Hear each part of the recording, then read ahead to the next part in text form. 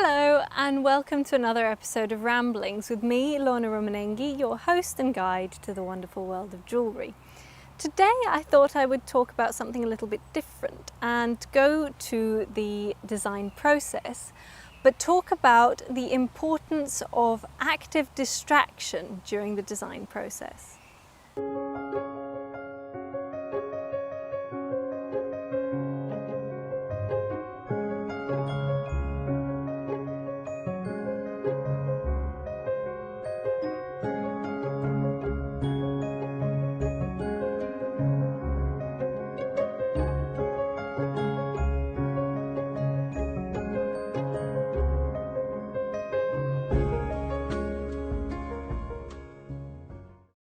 So, as many creatives know, when you are working on a commission or you're working on a brief, there is only so much you can do before you will inevitably get stuck on something, or you will start questioning everything that you've done up till that point, and the risk is that you start crumpling everything up and throwing it in the bin when they were perfectly good ideas that the next day you would have looked at with fresh eyes and thought, oh, that's actually all right, I actually like that, and carried on.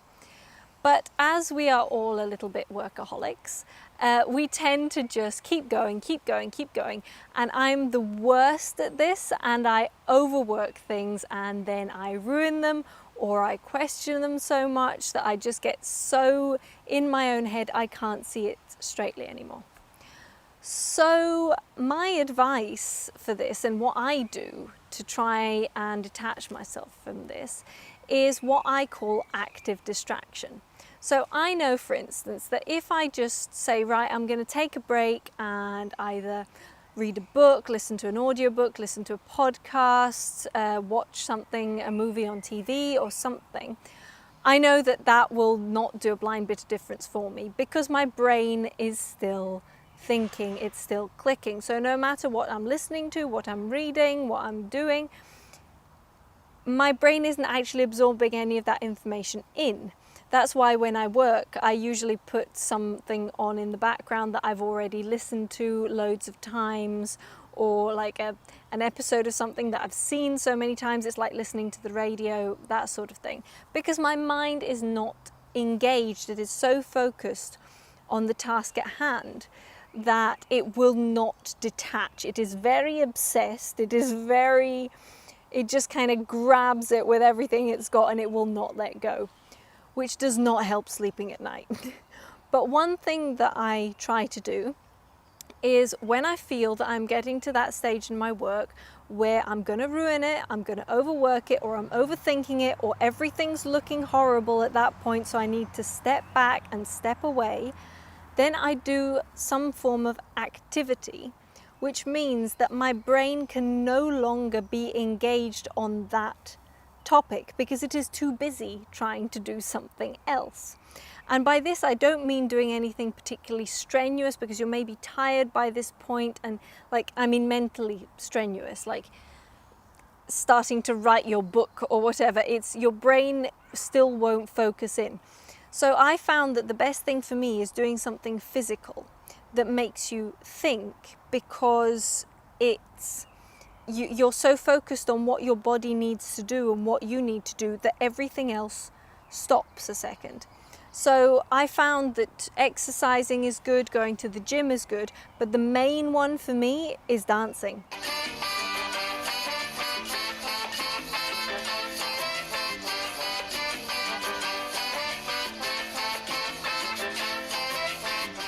I'm a salsa and bachata and kizomba dancer, so these are all Latin dances, so they're social dances, they're non-rehearsed, so you need to actually work on your technique to pick up on the conversation basically that you're having with the other person when you're dancing with them, because you need to respond as a follower. For me, you need to respond to the impulses that you're given by your leader.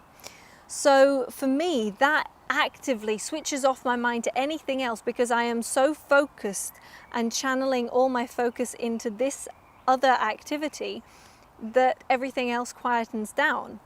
And this is my best remedy, because it's also, dancing is a fantastic release of endorphins. You feel happier, you see the world with kind of rose-tinted spectacles, la vie en rose as it were, and it's great. You get such a surge of energy and you just feel great, even though you might have left your workshop feeling a little bit about what you're doing, and you're just so in your head, everything just feels muffled, it feels like you've got cotton wool in there. So for any of you that are fond of dancing, I would definitely give this a shot, because I find it is my lifesaver. And I started doing this in university, and I actually got other jewelers involved, and they were like, oh my God, this is actually amazing. This is actually the only thing that will detach my mind right now. So thank you salsa, thank you bachata, thank you kizomba, because you are my lifesavers. But also, by doing something that is an active distraction, you sometimes find the solution that you've been looking for. So I have had basically, I would say 60% of my Eureka moments have been on the dance floor.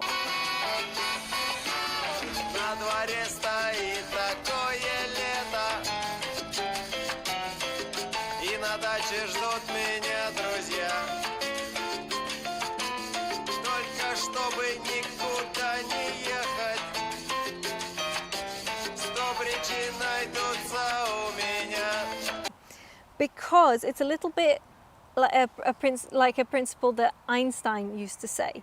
If you engage your mind in, he would deem it a menial task. I don't deem dancing a menial task by any stretch of the imagination, but it's the same principle. If you engage your mind in a different task, in something that's more physical, more hands-on, then your brain is still, in the back of your brain, is still kind of mulling over certain things, but it's detached and it can see things more clearly. A little bit like looking at an impressionist painting. If you go up close to it like this, you won't see a thing. It just looks like a blob of paint.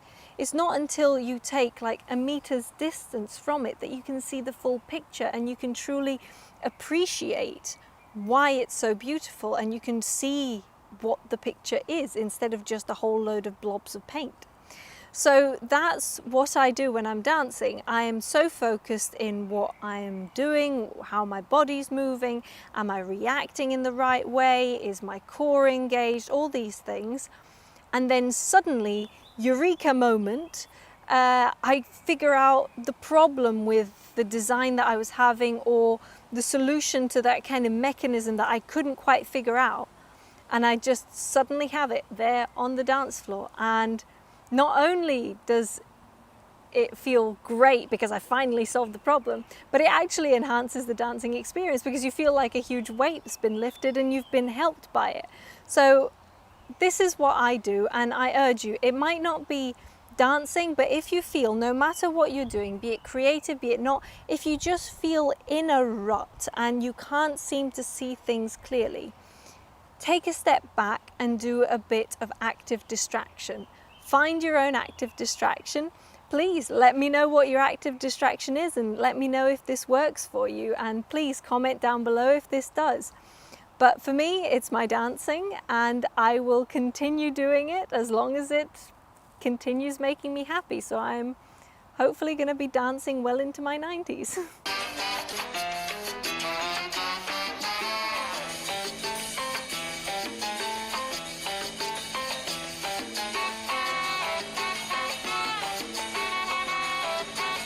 So anyway, I hope this information and this video has been informative, and has maybe made you think a little bit, and it might be something that you might try doing in your own lives. So thanks again for listening. If you like this video and would like to see more like it, then please just comment down below and subscribe to my channel. And if you would like, you can also click on the little bell button to get alerted to when new videos come out. And I will be releasing ramblings every Wednesday at 8 p.m. So I will see you next Wednesday at 8 p.m. Thanks for listening.